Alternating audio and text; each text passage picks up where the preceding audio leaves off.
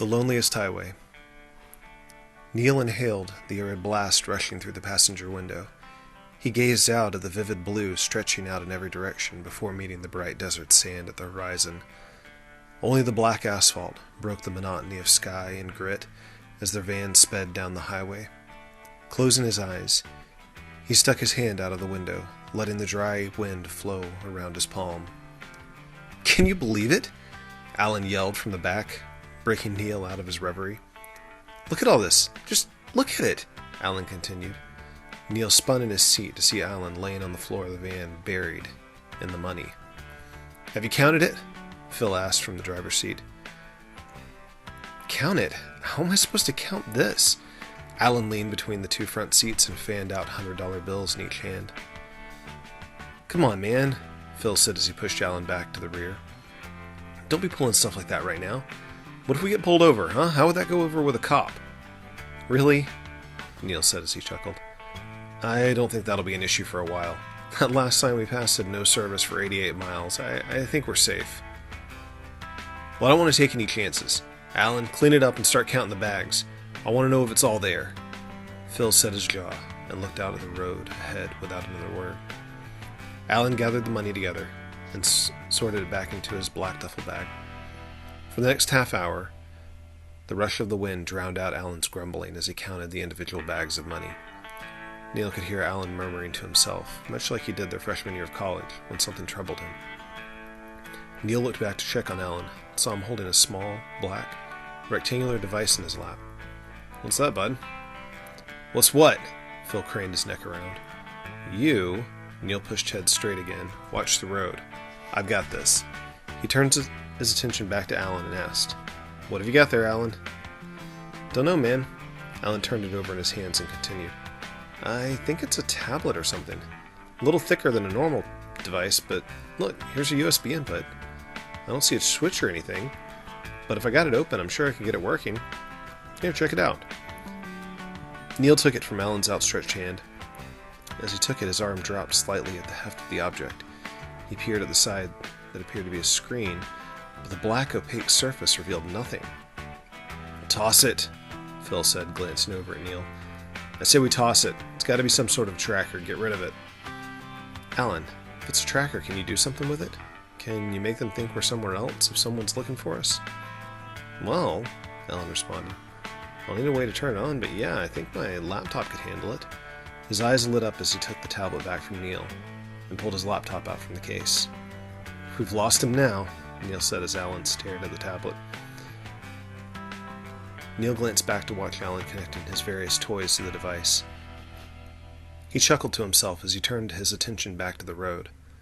"Mind if I turn on the radio?" he asked with his hand outstretched to the knob. "Nah," Phil responded with a nod. "Go ahead.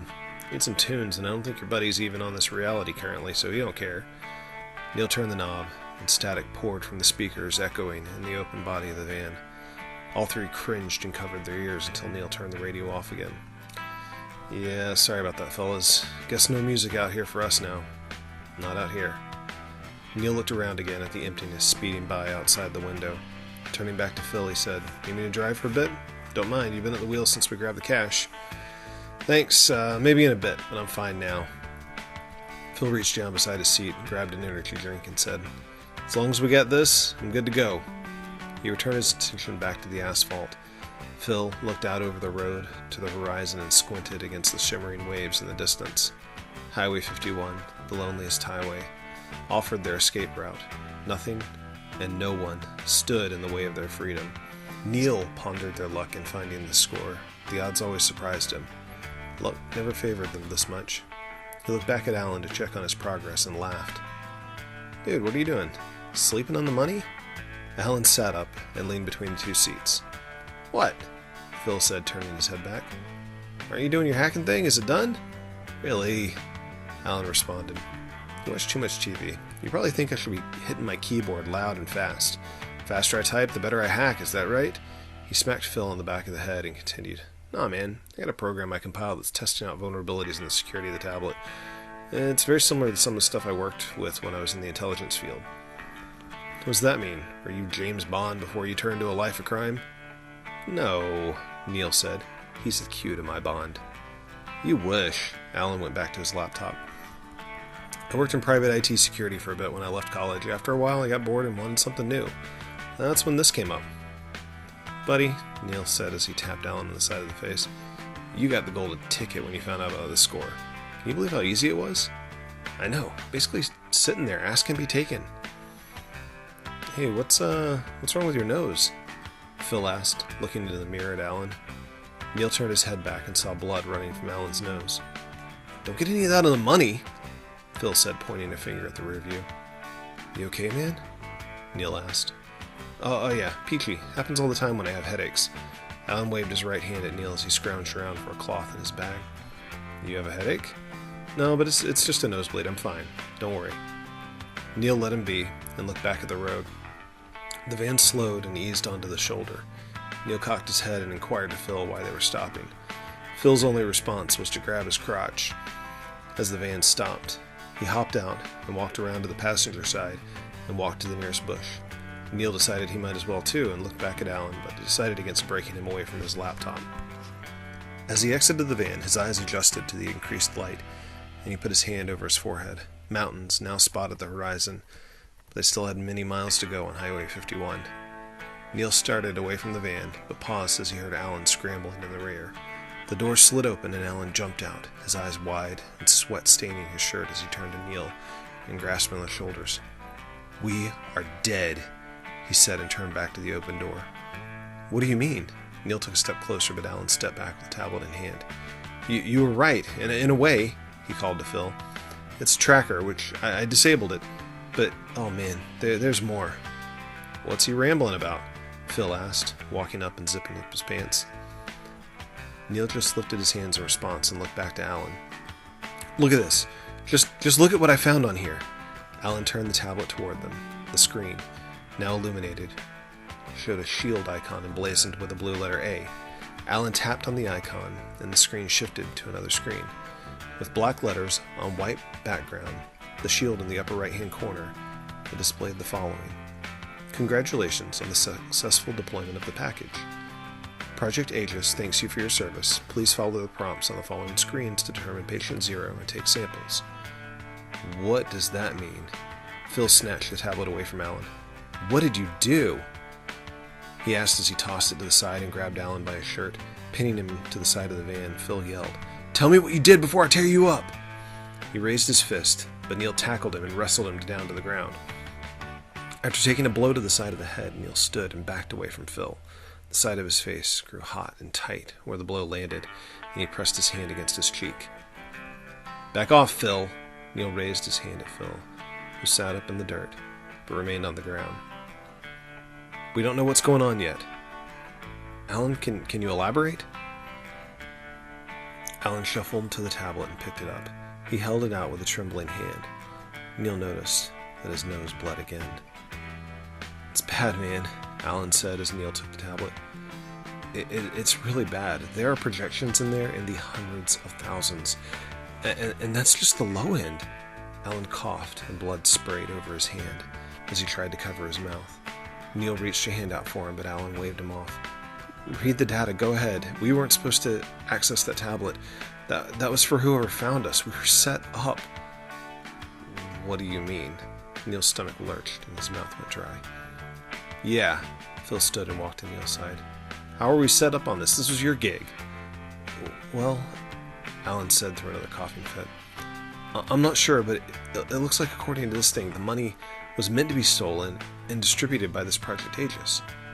What's Project Aegis? Neil asked. Who cares? What is it going to do? Who cares? What is going on and why did you say we are dead? Because we are, Alan said. Or at least we will be. That money was tainted with a viral agent. It looks to be an engineered flu. They named it the Red Baron because of the profuse bleeding that it causes. Some of the projections show a death toll at least in the hundreds of thousands in the US, possibly up to 1 million. But why? What do they have to gain? Neil dropped to his knees in the dirt and tried to ignore the tickle in the back of his nose. Aegis is something I heard about on the deeper sections of the web. Alan said as he picked up the tablet again and began to swipe the screen. According to this, they have an antidote. This is about them testing this agent. It's like when the government used to use the population to test radiation poisoning and viruses in the population. They want to know how effective their product is. No way. No way someone could do something like this. Phil shook his head and rubbed his temples with his right hand. No way. His voice trailed off into silence. You think they wouldn't try something like this? Alan shouted. What about Tuskegee? What about Dr. Rhodes' Project Paperclip? Alan spat a bloody wad into the dirt and continued. They don't care about us. It's all a chess game. We are being sacrificed so that their plan for the greater good can grow. Oh God, Neil said, burying his head into his hands, choking back the bile rising in his throat. What do we do? He asked. Then he lifted his eyes to Alan and stood with his arms outstretched to his friend. Oh no. What's happening to you? Is this it? Yup, Alan said through a weak smile. I get the honor of being patient zero. He laughed once before continuing. Phil, you told me not to go all McDuck on the money. My bad. He moved away from Neil outside of his reach and said, No, you guys might be safe. We don't know if it's airborne. Neil, let's leave him here, Phil said as he grabbed Neil's arm. Just start walking and let him die. I can't, Neil said, swallowing hard against nausea rising in his stomach. Alan, I can't leave you. Alan laughed, which turned into another coughing fit as flecks of blood sprayed around his hand. It's too late, he whispered. Too late for you two as well. Your noses are already bleeding. It's too late. Alan dropped to the ground, clutching his stomach and groaning. Neil rushed to his side and put an arm around him. He heard Phil moving behind them, but he did not turn away from his friend. Alan, buddy, he said, ignoring the wet sensation crawling down his upper lip. You're smart. What can we do? How can we stop this? I don't know, man. I just don't know. Alan groaned. This can't be happening. It can't be happening. Alan! Neil pulled his friend upright and stopped short of the sight of blood collecting in Alan's eyelids. With a deep breath, he continued. Alan, this is happening. I need you to think. How do we stop this? How do we get the antidote? No chance on the antidote. We're dead men. There's no chance. Alan pushed Neil away and leaned on the van as he stood. We gotta burn it all. Everything. Use the spare gas in the back of the van. Burn the money. Burn the van. Kill the virus. Everything? Alan, we're infected, Neil said as he stood facing Alan. We got to, man, Alan said as he wept. We've got to burn too. We can't let this get out. It's too much.